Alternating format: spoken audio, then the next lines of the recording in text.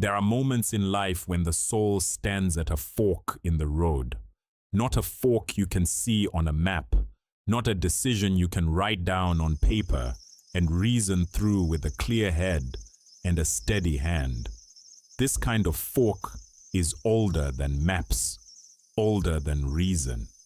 It is the kind you feel in the chest before you can name it. A pull in two directions at once, a stillness that arrives not because everything is calm, but because something in you has finally stopped pretending it knows which way to go. You may know this feeling, the exhaustion of pushing forward when something quieter in you has been asking for a long time now to simply stop, to listen, to trust that what you cannot yet see is not the same as what is not there. Tonight, we follow a traveler to a crossroads at the edge of the world, a place where two dirt roads meet under a midnight sky, far from the noise of anything that hurries. The traveler arrives carrying the same weight you may be carrying now. And what the traveler finds there, in the dark, in the stillness, in the company of a few unlikely souls, is not an answer exactly. It is something quieter than an answer. It is rest. So set everything down. Let the breath come slow. The road ahead is unhurried, and there is nothing tonight that asks anything of you but your willingness to follow. We begin. Close your eyes if they are not already closed. Feel the weight of your body, the full, settled weight of it, resting where you are. Feel the surface beneath you receiving that weight without effort, without negotiation. It has always been there. It will be there all night. You do not have to hold yourself up. You never did. Let the breath come as it comes, not deeper than it wants to go, not slower than it wants to move. Simply breath, doing what breath has always done, without your help, without your direction. In and out, in and out. The body knows this. The body has always known this. Long before you learn the names of things, the body was already breathing, already resting, already finding its way through the dark toward morning. There is nothing you need to do right now. There is nowhere you need to arrive. Tonight, you are simply going to follow a road for a little while. A quiet road, an old road. And by the time that road has taken you where it means to take you, you will be somewhere you have been trying to reach for a long time. So let the breath come slow and let the world of the story find you. It begins with the sound of crickets, not one cricket, hundreds of them, layered and close, filling the warm night air the way water fills a jar, completely, without gaps. A sound so steady and so constant that after a moment it stops being a sound at all and becomes simply the texture of the night itself, the ground beneath the ears of summer, the hum that the darkness makes when nothing is disturbing it. Listen, there it is. And beneath the crickets, if you are still enough to hear it, something else, the slow, patient breathing of a landscape that has been here for a very long time. Fields on either side of a dirt road, lying open under a sky so full of stars, it seems almost too much to look at directly. Not the sky of a city, not the sky seen through a window or between buildings. This is the sky as it was before anything was built beneath it, wide and depthless and faintly luminous, as though the stars are not points of light so much as places where the darkness has worn thin. The road runs straight for a long way in both directions before the story begins. It is pale in the starlight, packed earth the color of dry bone, smooth in the middle, where feet and wheels have pressed it flat, over years beyond counting, rougher at the edges, where the grass keeps trying to reclaim what was taken from it. On either side, low wooden fence posts lean at the angles that old fence posts lean, connected by wire that catches the moonlight in long, faint lines. Beyond the fences, fields. Beyond the fields, tree lines low and dark against the horizon. Beyond the tree lines, more of the same. The slow breathing geography of a place where the land has been left mostly to itself. There is no wind tonight, or rather, there is the kind of wind that is so gentle it barely deserves the name. A movement of air, warm and slightly sweet, that comes and goes without purpose, stirring the grass along the road's edge, and then releasing it, touching the back of the neck, and then withdrawing. The kind of air that feels like the night is breathing, slowly, steadily, the way you are breathing now, in and out. The traveler has been walking this road for a long time. The pack across the traveler's shoulders is not heavy by any external measure. A modest thing, worn at the straps, shaped by enough miles that it has taken on the contours of the body carrying it.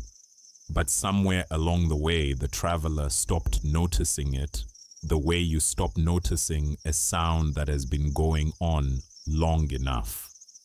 It is simply there, part of the weight of being in motion, part of what it means to be someone who has been going somewhere for a very long time.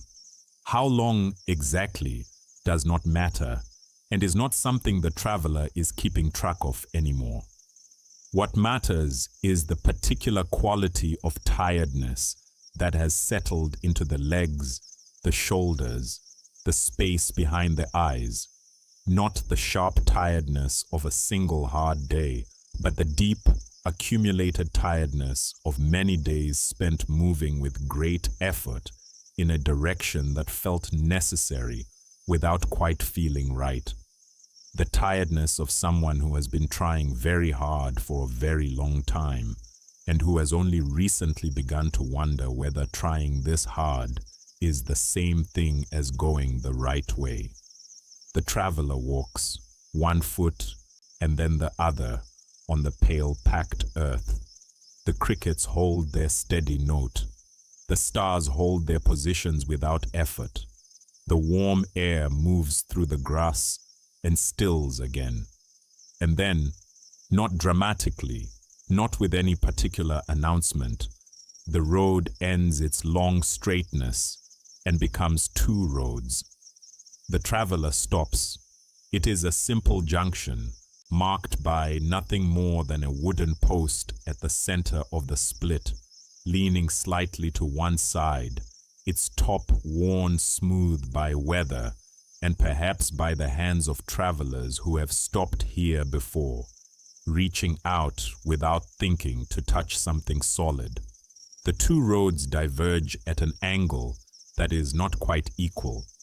The left-hand road bearing away at a slightly sharper angle, more decisive, as though it knows exactly where it is going. The right-hand road curving away more gently, following the contour of the land rather than cutting across it. Both roads are pale in the starlight. Both roads disappear into the dark at roughly the same distance.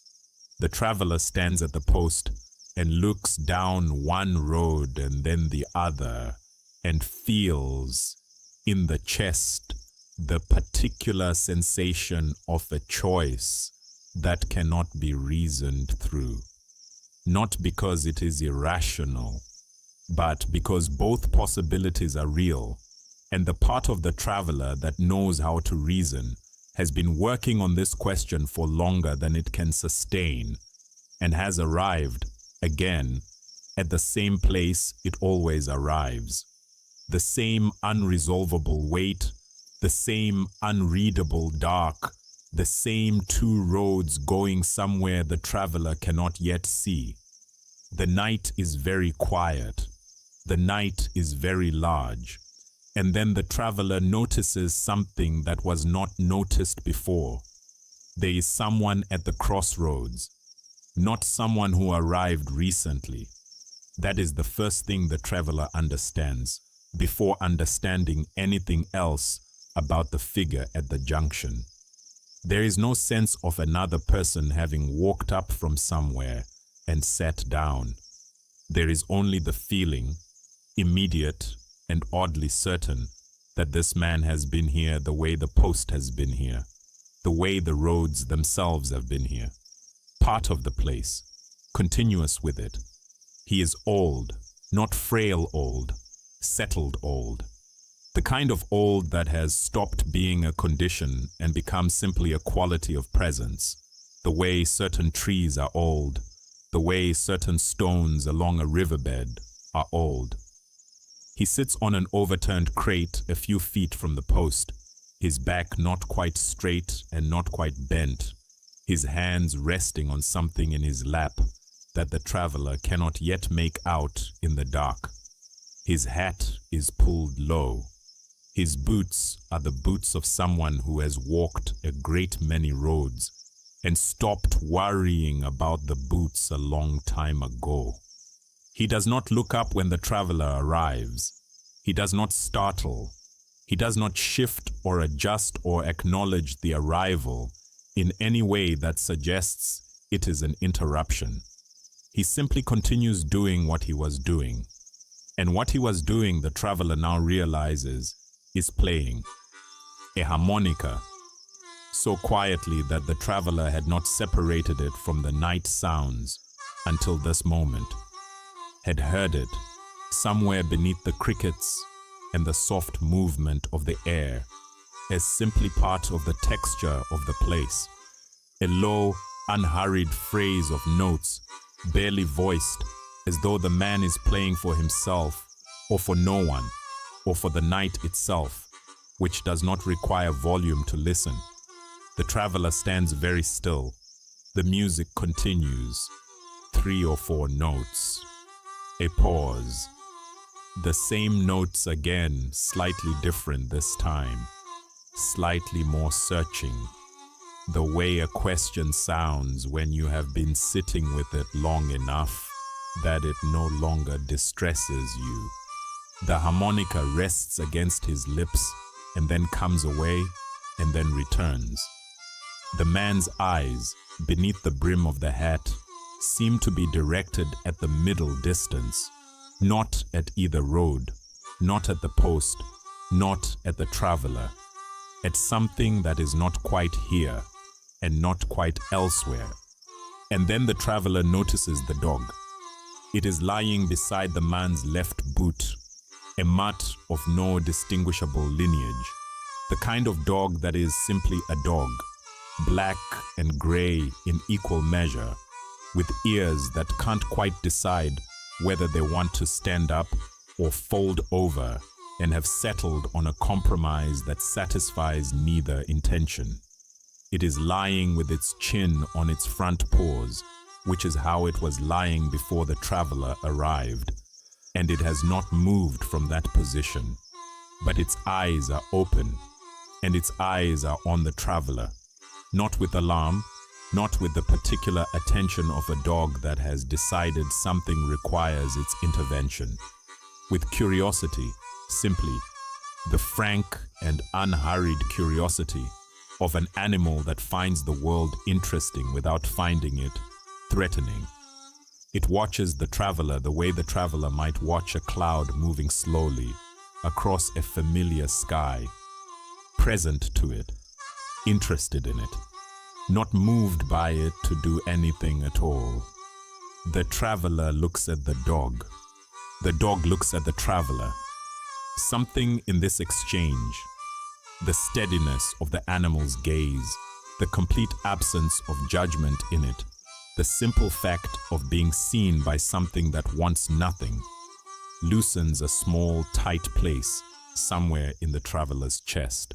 Not dramatically, not with any particular sensation beyond a slight easing, a small release of something that had been held without the traveler's full awareness of its being held. The harmonica finds its phrase again, low and wandering and in no hurry to resolve. The traveler takes a few steps closer and stops. The man still has not looked up, but there is something in the set of his shoulders that has changed slightly. Not tension, not alertness, simply an acknowledgement.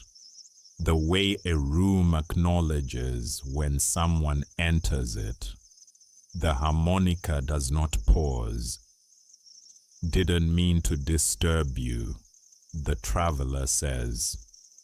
The man lets the harmonica fall from his lips and holds it loosely in one hand, considering the night air for a moment, as though the words have arrived as weather and he is taking their measure.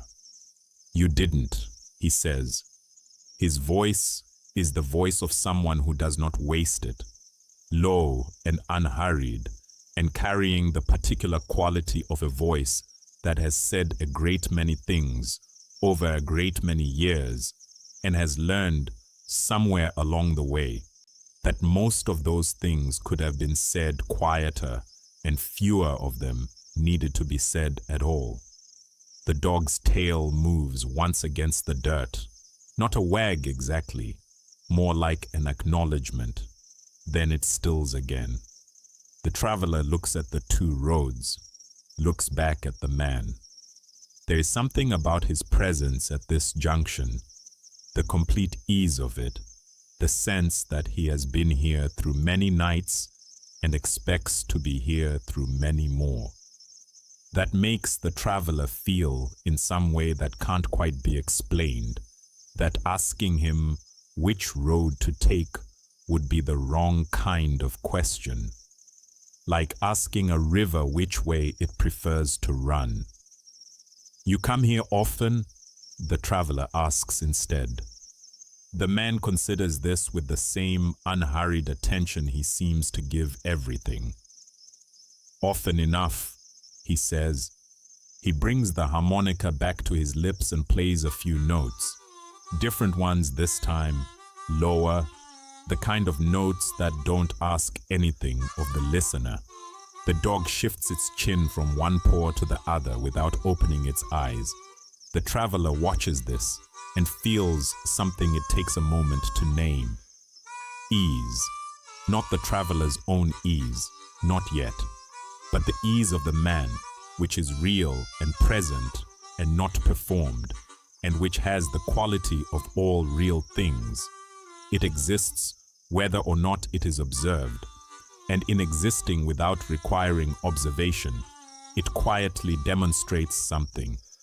The traveler is not sure yet what it demonstrates, but the body registers it before the mind does. A slight settling in the shoulders, a breath that goes a little further than the last one before it turns around and comes back. The traveler sits down on the ground a few feet from the man. Not a decision, exactly. More like something the legs decided while the mind was occupied elsewhere. The ground is warm from the day's heat, still holding it in the packed earth, releasing it slowly into the cool night air. The traveler feels this warmth through the palms pressed flat against the road's surface. Old warmth, the accumulated heat of a long summer stored in the patient earth. The dog opens its eyes again and regards the traveler from its new proximity. The traveler regards the dog back. The man plays his 3 or 4 notes. For a while, a long while, measured in breaths rather than minutes, no one says anything, and the silence is not uncomfortable. It is the kind of silence that exists between people and things that have no argument with each other. The crickets hold their note. The stars hold their positions. The warm air moves through the grass at the road's edge in its slow, purposeless way. Then the man says, without particular emphasis, the way someone might observe that the night has cooled slightly. Everybody who comes to this crossroads thinks they have to choose. The traveler looks at him. The brim of the hat is still low. The harmonica rests against the knee, held loosely.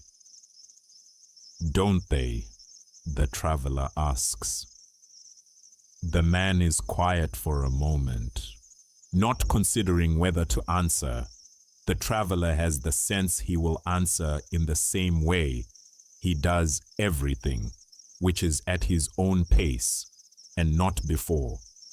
He is simply letting the question be a question for a little longer before it becomes an answer. "I've watched a lot of people stand at that post," he says, in a hurry to decide, afraid to decide, standing there in the dark trying to think their way down one road before they've taken a single step. He pauses. "The ones who choose fast," he continues, "and the ones who can't choose at all."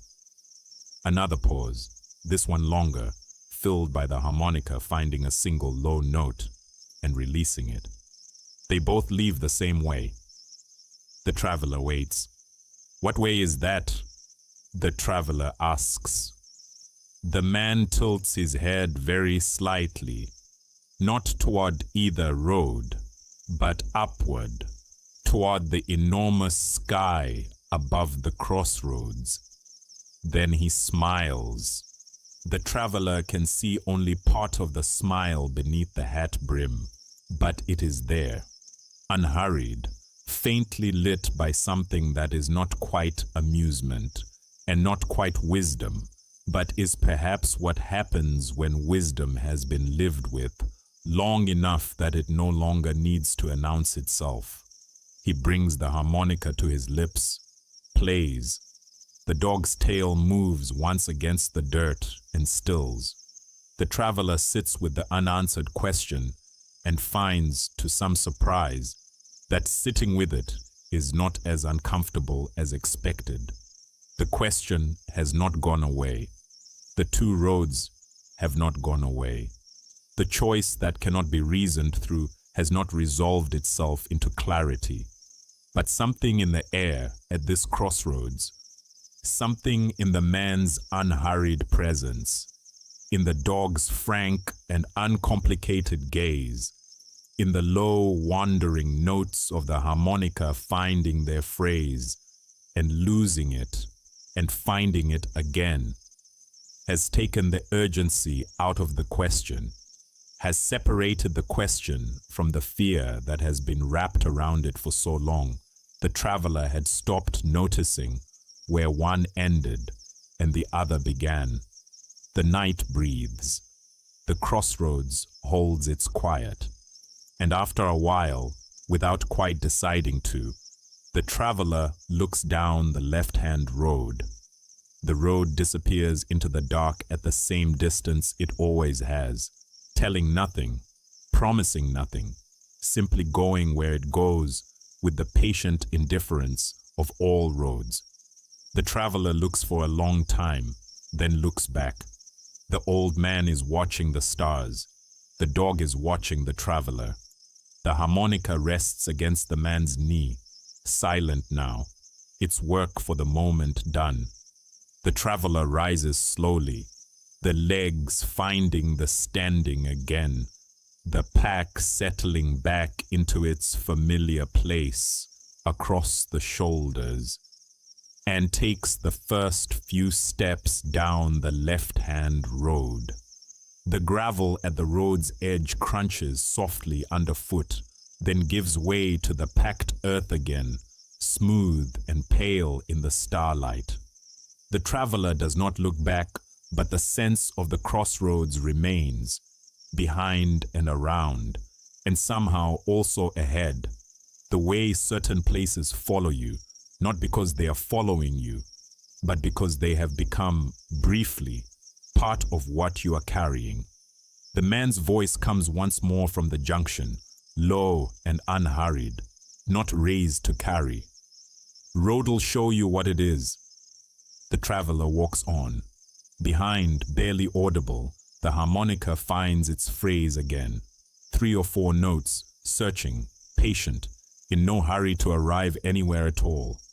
And beside the old man's boot, the dog settles its chin back onto its paws, closes its eyes, and breathes. The left-hand road is not so different from the one the traveler has been walking. That is the first thing noticed.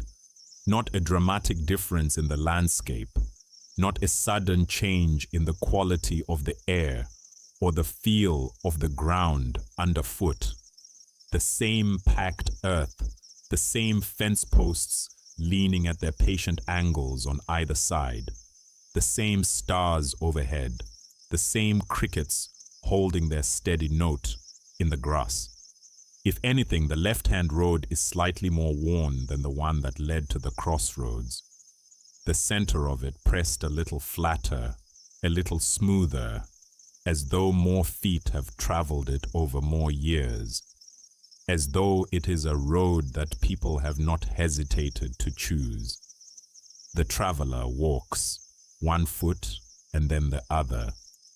The crossroads recedes behind, not gone exactly, but quieter, its particular quality of presence fading to something held at the back of the awareness rather than the front of it. The old man's last words move through the mind once and then settle somewhere lower, underneath thought, where things go when the body is still working on them and the mind has been asked to wait. Road'll show you what it is. The left-hand road shows the traveler, first, that it is a road that knows where it is going. There is a forward momentum to it that the traveler feels not in any dramatic way, but simply as a quality of the ground, as though the road itself has a direction, a preference, a slight and persistent inclination toward whatever lies at its far end. Walking it feels like walking with a current rather than across one. The feet move a little easier. The next step presents itself with a kind of readiness. There is something almost seductive about this, the relief of a road that does not seem to require deliberation, that simply continues, that seems to say, this way, keep moving, this way. The traveler walks 100 yards, then a little further. The night is the same night it has been, warm and still and full of crickets, the stars doing their patient work overhead. But something about the left-hand road gives the darkness a slightly different character, not threatening, not unwelcoming, simply more directed, as though the dark here is the dark of a road with a destination, and the destination is somewhere ahead, and the only sensible thing is to keep moving toward it. And then, set back perhaps 20 feet from the road's right edge, a shape in the dark that is not the dark, a shack, low and weathered, its boards the gray of old wood that has made its peace with the weather, its roof pitched at a practical angle, a single window facing the road, unlit. It is the kind of structure that does not announce itself, that has been here long enough to have become part of the landscape's furniture, noticed only when you are close enough to notice it. A wooden porch 3 steps up from the ground, a fence post at the property's edge leaning, a path worn in the grass between the road and the porch steps, its edges blurred by time. The traveler slows and then sees it, a small pulse of amber light at the far end of the porch where the shadow is deepest. There and dimming, there and dimming. The particular rhythm of a cigarette being smoked by someone in no hurry to finish it. The traveler watches this small pulse for a moment, the only warm light on the road, the only thing in this landscape that is moving at a human pace and for a human reason, and feels, in that small amber glow, less alone. A figure resolves itself from the shadow. A woman middle-aged, standing with one arm resting along the porch railing and the other bringing the cigarette to her lips. She is not watching the road, or rather she is watching it the way someone watches weather, with the relaxed attention of a person who has watched it long enough to have stopped expecting it to surprise her.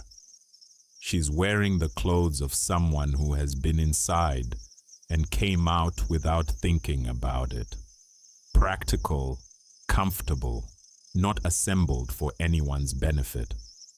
Her hair is pulled back. Her feet are bare on the porch boards. She has the quality of someone who belongs here, the way the fence posts belong here. She does not startle when the traveler comes into view.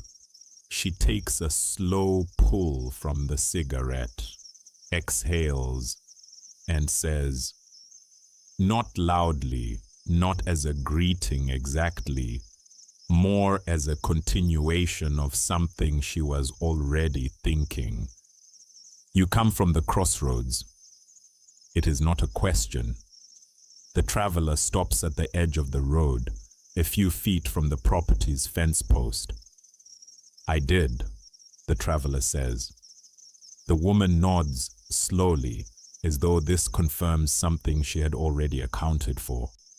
She looks at the traveler with the frank, unhurried appraisal of someone who has learned to read people not from what they say, but from how they stand, and what she reads seems neither to alarm nor particularly surprise her.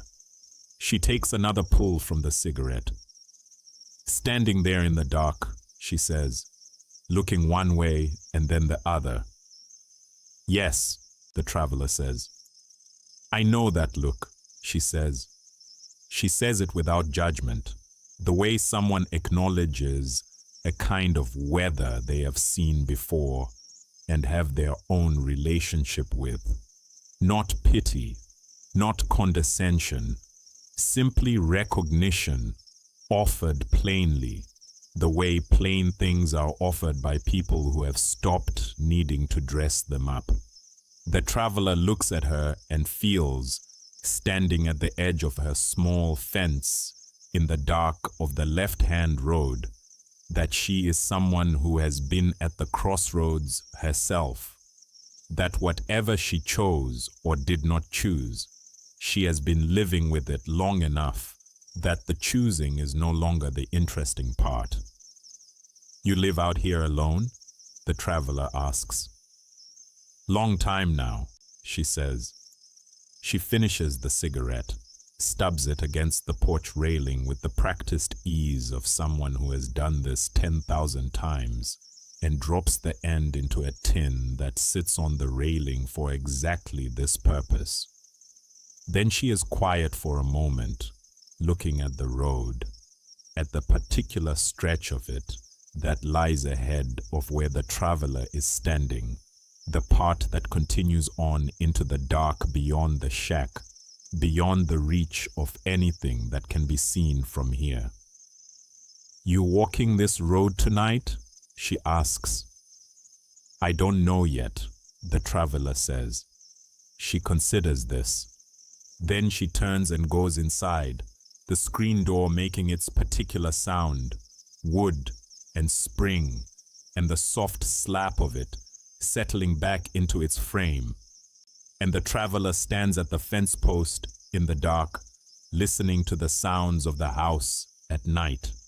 A drawer opening, the scrape of something on a shelf, a match struck once, twice, the brief smell of sulfur carried on the warm air. She comes back through the screen door with an oil lamp already lit, holding it at her side with the ease of someone who has carried oil lamps all her life and does not think of them as anything other than useful. She comes down the porch steps, 3 of them, unhurried, and opens the gate in the fence without looking at it, the latch familiar under her hand, and she steps out onto the road beside the traveler. "I'll walk a bit," she says, "if you don't mind." "I don't mind," the traveler says, and they walk. The oil lamp moves between them, casting a warm pool of light that reaches perhaps 6 feet ahead, enough to see the next section of road, the next few steps of packed earth, the next fence post, and the next. No further. The darkness beyond that 6 feet is the same darkness it has always been. The road beyond it going where it goes, without offering any preview. But within that small, warm circle of lamplight, the road is clear and close and specific. Each stone and rut and blade of grass at the road's edge rendered in warm amber detail. The traveler watches the light move across the road's surface and feels something that takes a moment to place. Comfort, yes. The lamp is warm and its light is companionable, and the woman beside the traveler walks with the easy, unhurried stride of someone who knows every inch of this road and has made her peace with all of it. There is comfort in this. There is comfort in being accompanied through the dark by someone who is not afraid of it, but also something else, something that sits just beneath the comfort, noticed only because the traveler has been at a crossroads tonight and is perhaps more attentive than usual to the things that sit beneath the surface of things. The lamp lights the way forward, only as far as the next 6 feet. And only, the traveler realizes slowly, for someone who already knows where forward leads. The lamp is generous and warm and entirely adequate for a person who has a destination, who knows what lies at the end of this road and needs only enough light to keep moving toward it without tripping. For such a person, 6 feet is always enough. You need only see as far as the next step when you already know what the last step looks like. But for someone who does not know what the last step looks like, the traveler lets this thought go unfinished. The woman beside the traveler has not spoken since they began walking. She is not uncomfortable with the silence. She moves through it the way she moves through everything, with the easy, weathered patience of someone who has long since stopped needing conversation to fill the space between one moment and the next. But after a while she says, still looking at the road ahead, in the same low and unhurried voice she has used for everything, "This road asks something of you."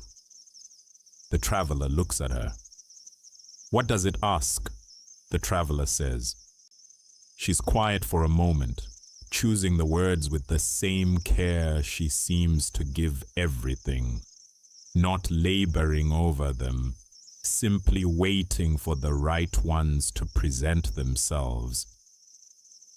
"It asks that you know where you're going," she says, "before you set out, because it doesn't offer much along the way for those who aren't sure."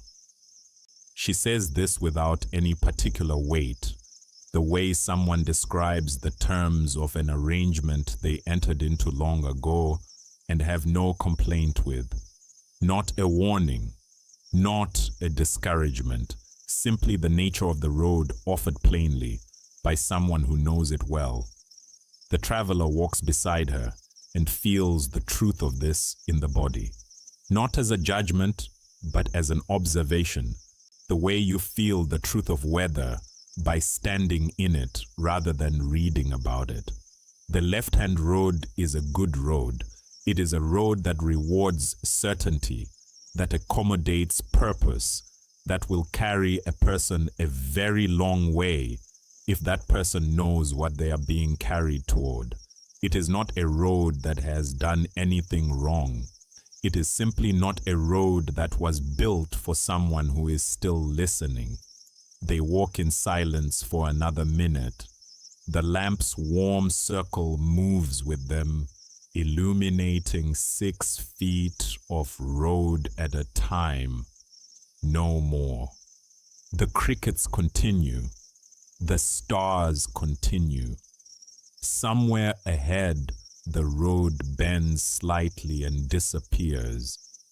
The woman stops. The traveler stops beside her. She holds the lamp up. A slight lift of the arm, the light reaching a foot or two further than usual, illuminating the bend ahead without quite revealing what lies beyond it. She holds it there for a moment, steady, the warm light touching the road's pale surface, and the grass at its edge, and the darkness just past the bend. Then she lowers it again. "This is as far as I walk at night," she says. The traveler looks at the bend, looks back at her. Her face in the lamplight is calm and settled, and carries the particular expression of someone who has made their accommodations with the world and found them adequate. "Thank you," the traveler says, "for the company." She nods once, a small, unhurried acknowledgement, neither warm nor cold, simply present. She turns back toward the shack, the lamp swinging gently at her side, its light receding down the road the way it came, steady, warm, adequate, forward-facing. The traveler watches the light grow smaller. Then it turns with her through the gate and is gone, and the traveler is standing alone in the dark of the left-hand road, the bend ahead invisible, the crossroads behind still faintly present in the air. The traveler stands very still for a moment and listens. The crickets, the warm air in the grass, somewhere behind, the soft slap of a screen door settling back into its frame. The traveler thinks of the lamp, of the 6 feet of light it cast, of the woman's words said without judgment, the way someone describes weather they have learned to dress for. It asks that you know where you're going.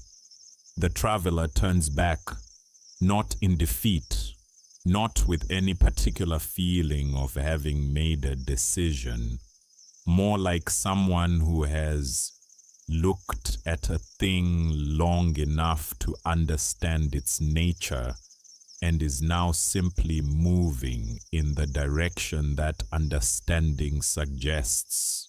The feet find the road again, the packed earth, pale in the starlight, going back the way it came. The crossroads grows closer with each step, its particular quality of presence returning slowly, like a sound you had stopped hearing, and then suddenly hear again. The old man's voice comes back, moving through the mind the way his words have been moving since he first said them. "Road'll show you what it is." The left-hand road has shown the traveler what it is. The traveler walks back to the crossroads under the full weight of the stars, the pack across the shoulders no lighter than before, but carried perhaps a little differently, with slightly less argument, slightly less resistance to its familiar weight. The crickets hold their note. The warm air moves through the grass at the road's edge in its slow and purposeless way, and ahead, just visible in the starlight, the wooden post at the center of the junction, still there, still waiting, as it has always been. The crossroads receives the traveler back without comment. The wooden post, the pale junction of two roads under the enormous sky, the crickets holding their note in the grass on all sides, everything exactly as it was, and yet not quite exactly, the way a room is not quite exactly the same after you have left it and returned to it, because you are not quite exactly the same, and the room has no choice but to receive whatever version of you comes back through the door. The old man is still there. The traveler had half expected him to be gone, had prepared, somewhere in the back of the mind, for the crate to be empty, for the crossroads to have returned to its unwitnessed state. But he is there. The hat still pulled low, the boots still the boots of someone who stopped worrying about them long ago. His hands are resting on his knees now, the harmonica somewhere about his person, not in use at the moment. He is looking at the stars with the patient, unhurried attention of someone who has been looking at them for a long time and has not yet found them wanting. The dog is awake. It lifts its head when the traveler returns. The black and gray ears going through their familiar negotiation, one inclining upward and the other folding over, and watches the traveler cross the junction with the same frank and uncomplicated curiosity it offered at the first meeting.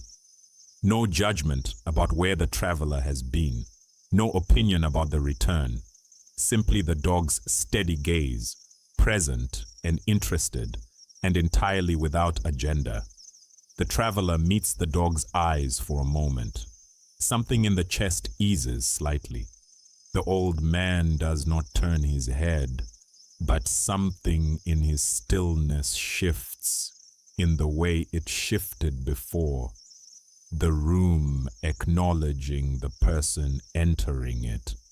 The traveler does not speak, and the old man does not speak, and the silence between them is the same silence it was before, which is to say, it is not uncomfortable.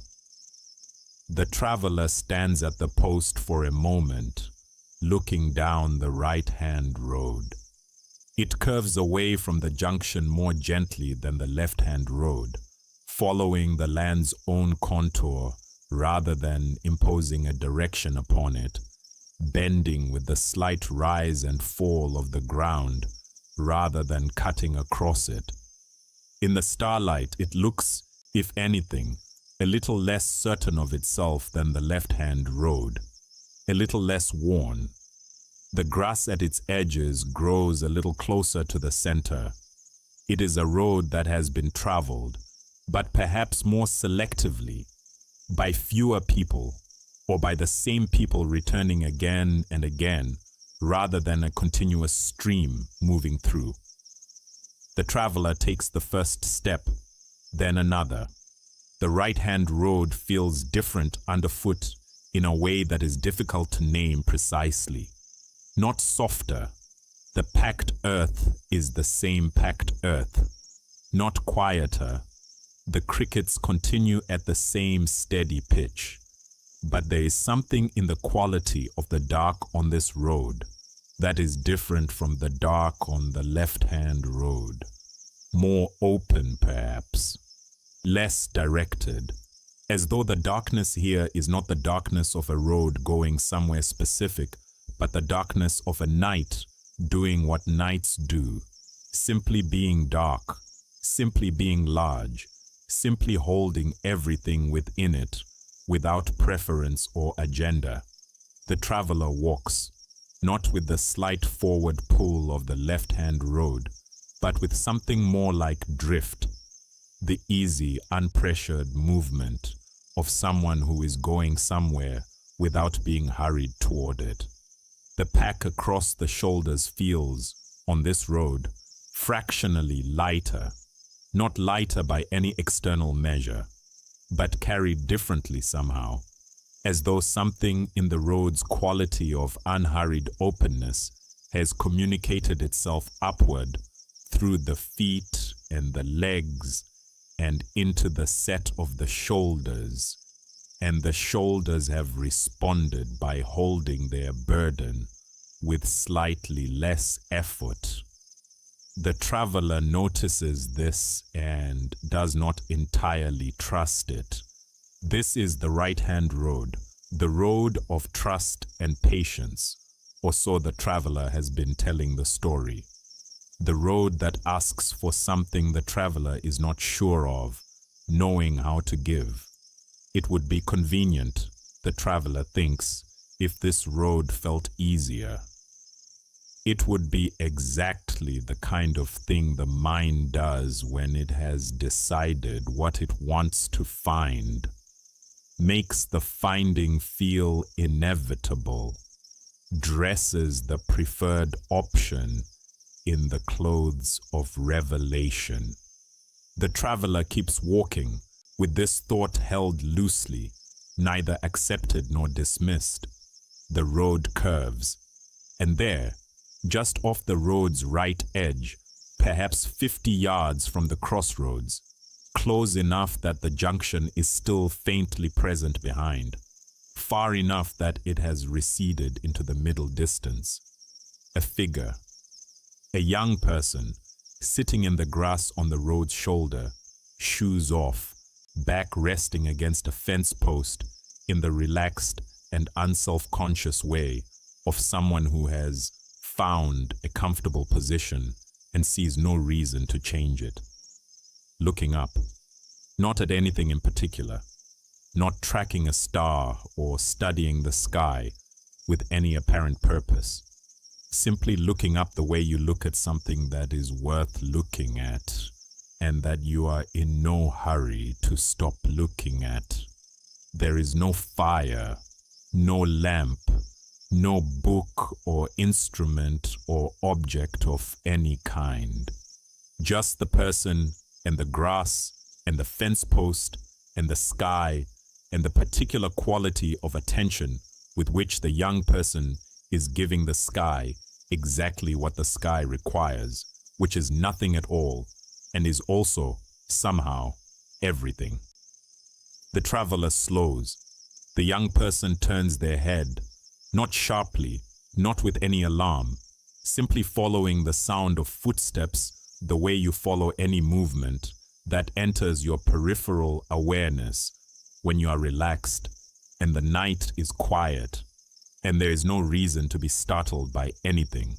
The face in the starlight is young and open and carries no particular expression beyond a mild and friendly interest. "Hey," the young person says. "Hey," the traveler says. A pause. The crickets, the stars, the warm air moving through the grass. "You mind?" the traveler says, meaning the road's shoulder, the patch of grass, the general vicinity. The young person shakes their head. "Plenty of room?" The traveler moves off the road and sits down in the grass a few feet away. The pack comes off the shoulders, lifted over one arm and then the other, and set in the grass beside the traveler with the particular relief of a weight set down that has been carried for a long time. The traveler stretches the shoulders back, feels the grass under the palms, cool and slightly damp at the roots, the blades themselves warm from the day, feels the ground beneath the grass, firm and patient, receiving the weight of the sitting body without negotiation.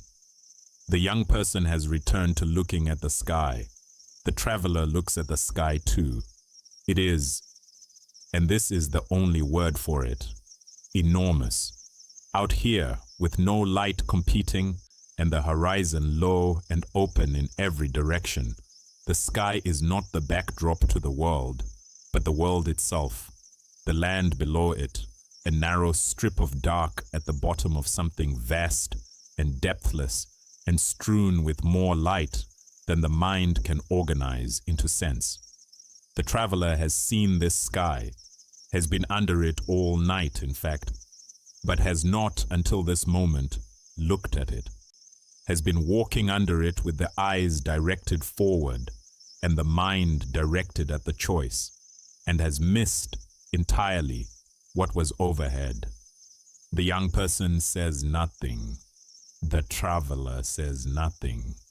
The silence sits between them and around them and above them and is not in any way uncomfortable.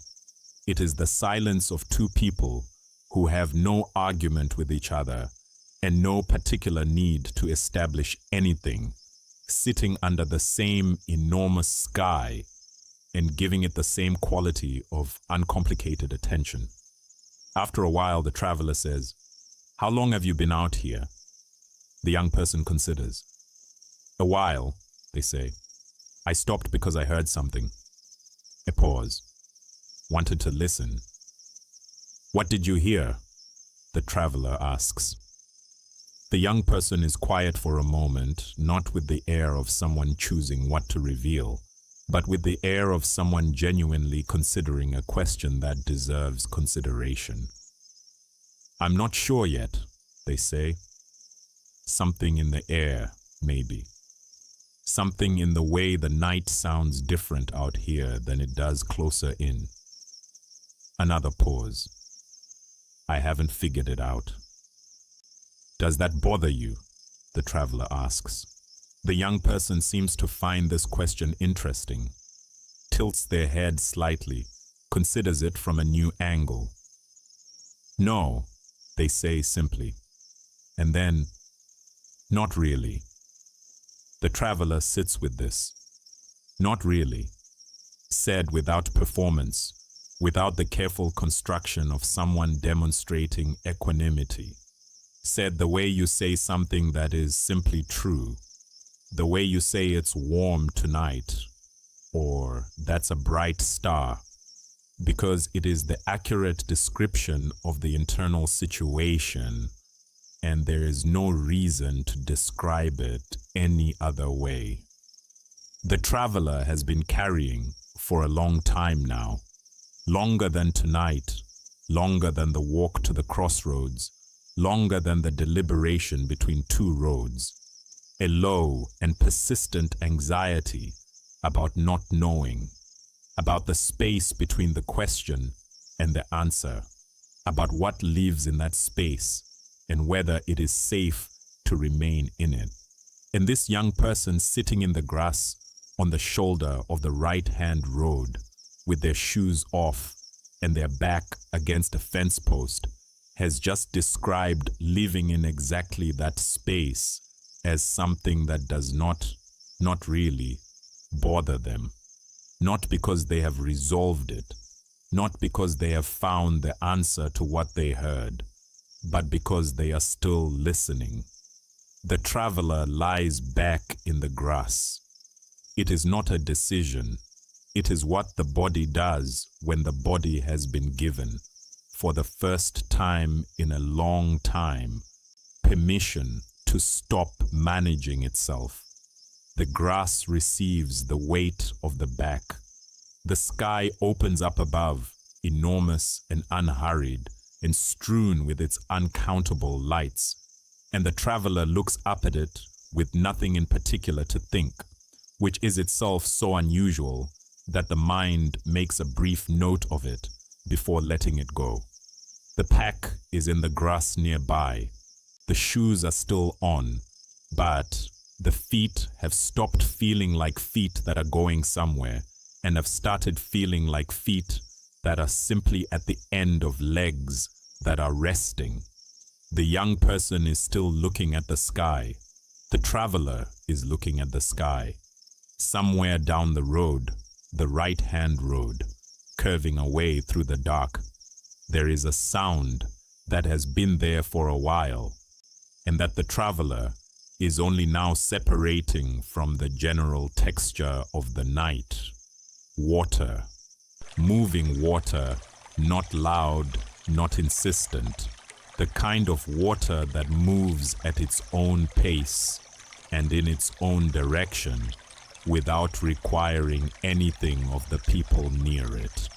A creek somewhere through the grass and the fence posts, running in the dark, going where it goes. The traveler listens to it. The water moves.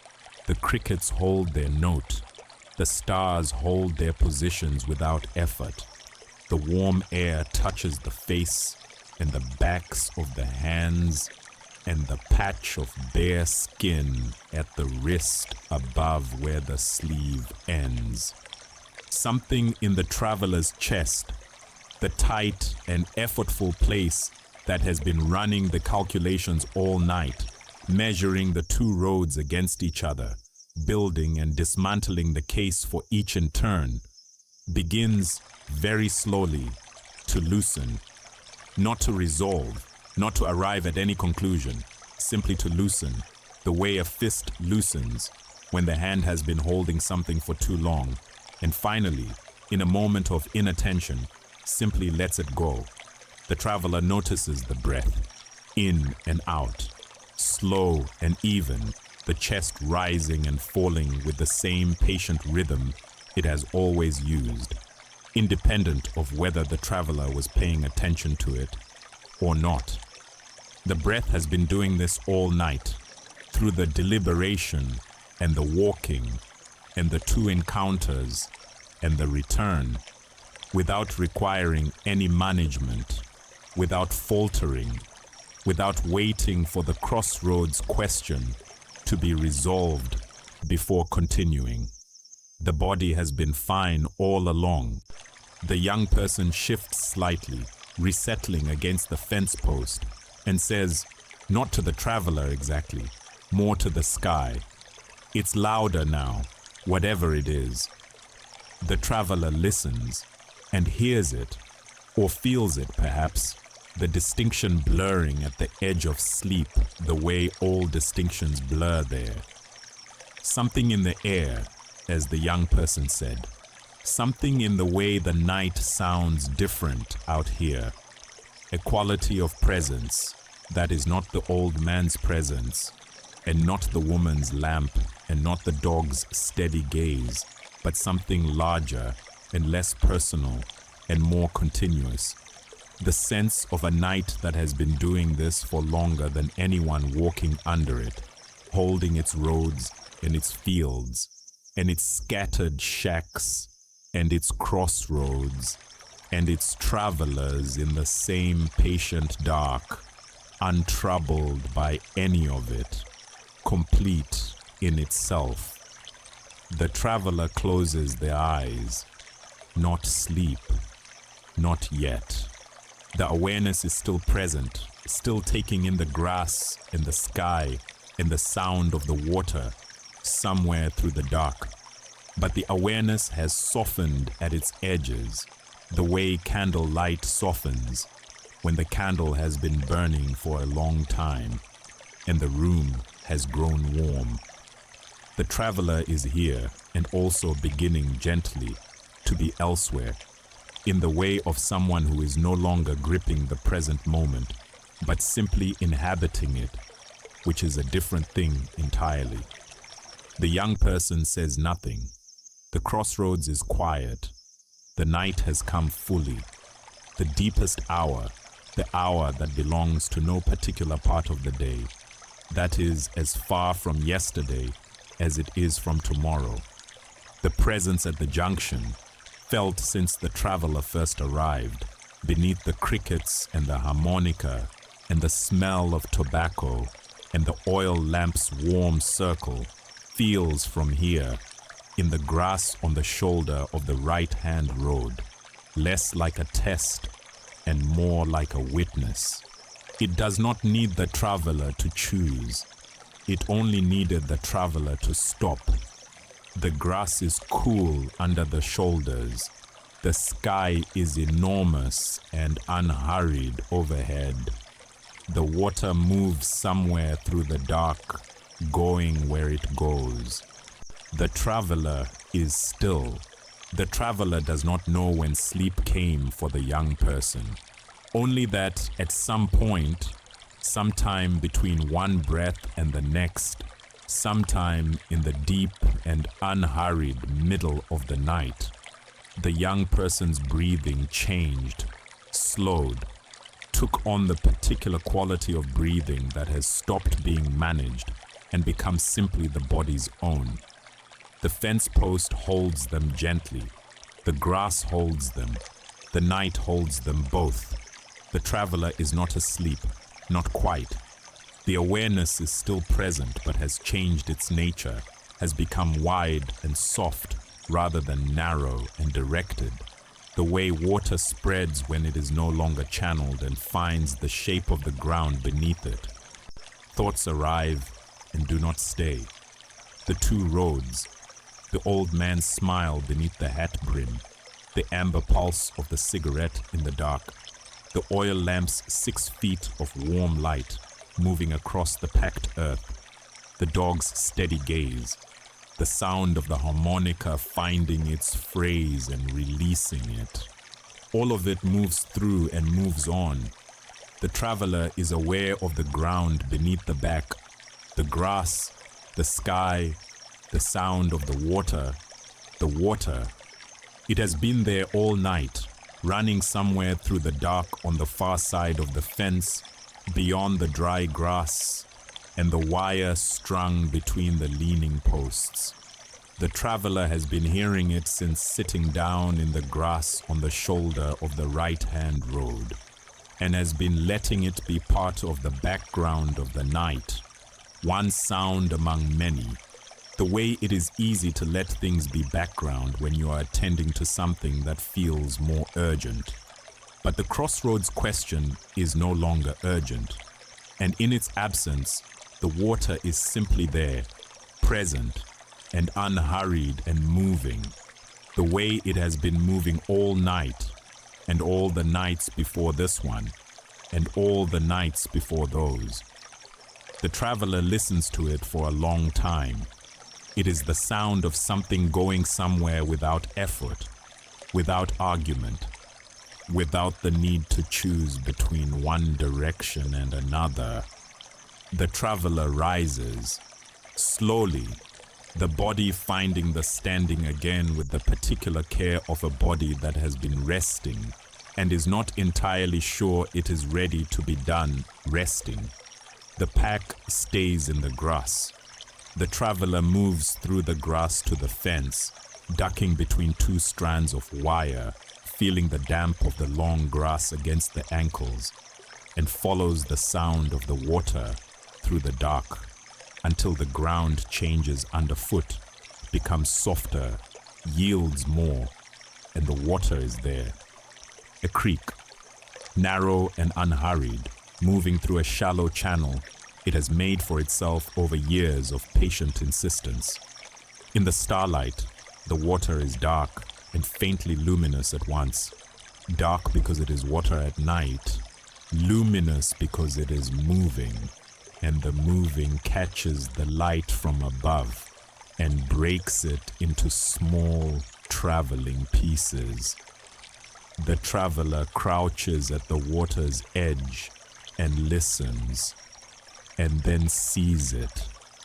Upstream, not far, perhaps 30 feet, a long flat shelf of rock and root and accumulated earth rising from the creek's center, splitting the water into two channels that move on either side of it with their own particular character. The left channel is slightly faster, slightly more certain of itself, cutting along the rock's edge with a purposeful sound. The right channel is slower, wider, spreading itself across a shallow bed of smooth stones, with a sound more like breathing than like water. Two channels. The traveler watches them for a long time, both moving, both going somewhere, both catching the starlight and breaking it in their own way. And then, downstream, past where the traveler is crouching, perhaps 20 feet further on, the shelf of rock and root ends, and the two channels find each other again. Not dramatically, not with any particular announcement. Simply, the left channel easing rightward, the right channel easing leftward, and then the two of them together again, one creek, moving on through the dark the way it has always moved, as though the dividing and the rejoining were simply part of what a creek does, simply part of the nature of water, which goes where it goes and is not diminished by the obstacles that briefly alter its path. The traveler crouches at the water's edge and is very still. Both channels the same water. The thought arrives without effort, not constructed, not reasoned toward, simply there. The way things are simply there when the mind has finally stopped generating and started receiving. Both channels the same water, divided by what was in the way, not by any difference in nature.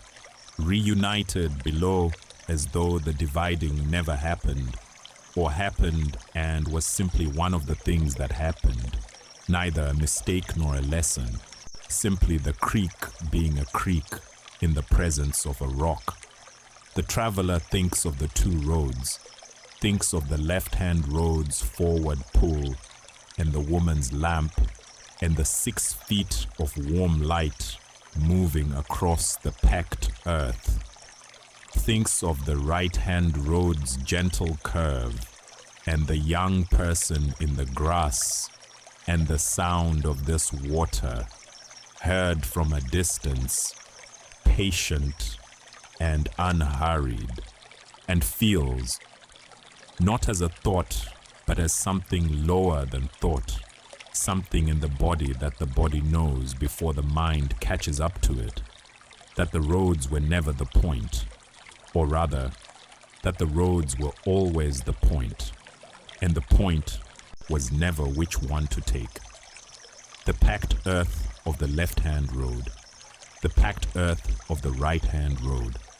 The traveler has touched both tonight, has felt them underfoot, has walked them both in the dark, has stood on each of them and looked into what they offered and what they asked.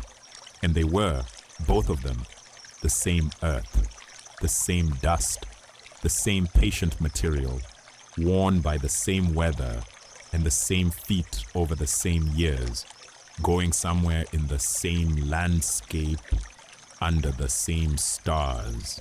The crossroads was never a test.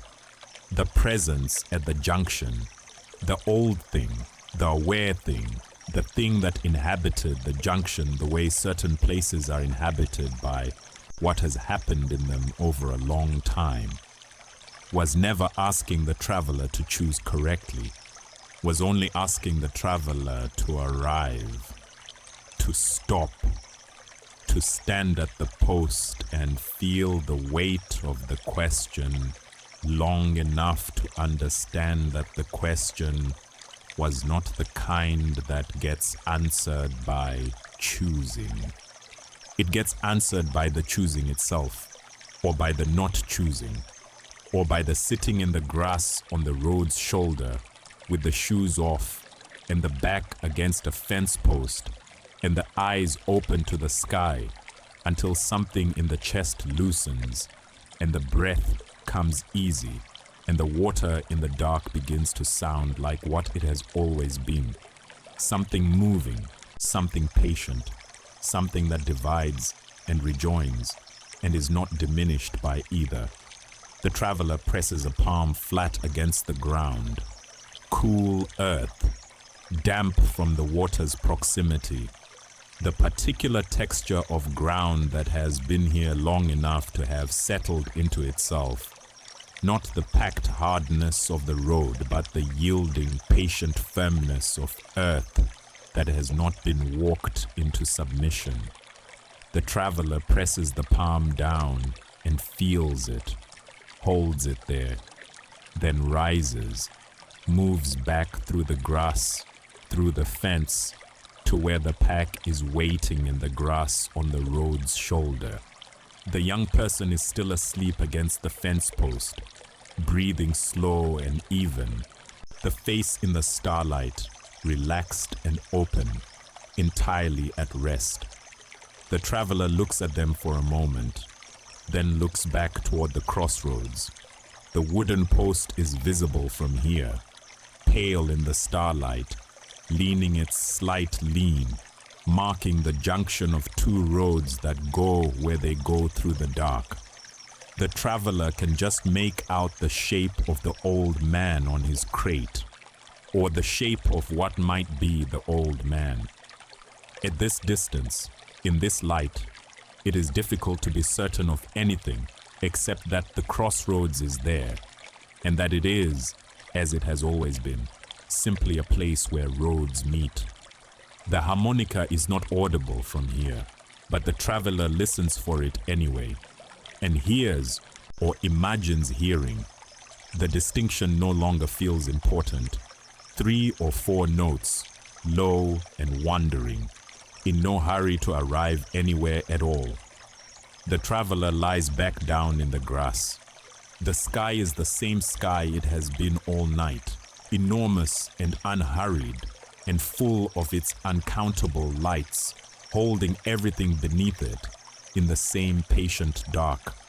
The traveler looks up at it and feels the ground beneath the back and the grass beneath the hands and the cool air on the face and the warmth of the earth rising slowly through it all, and thinks of nothing in particular, which is not the same as thinking of nothing. It is better than that. It is the mind at rest in an open field, not empty, not absent, simply no longer gripping, simply present to the grass and the sky and the sound of the water and the slow and patient work of the breath in and out, the body doing what the body has always known how to do without any help from the part that worries. The stars are very bright. The night is very quiet. The traveler closes the eyes. The grass is still here. The ground is still here. The sky, if the eyes were open, would be exactly where it was. The stars have moved their small distances, the way stars move when enough of the night has passed, but they are there. They have always been there. The traveler is still here too, not going anywhere, not deciding anything, simply here in the grass on the shoulder of a road that goes somewhere through the dark, under a sky that has been holding this landscape and everything in it for longer than the roads have been roads, or the fields have been fields, or the crossroads has been a crossroads. The ground beneath the back is warm now, warmed by the body's own heat returned from the earth.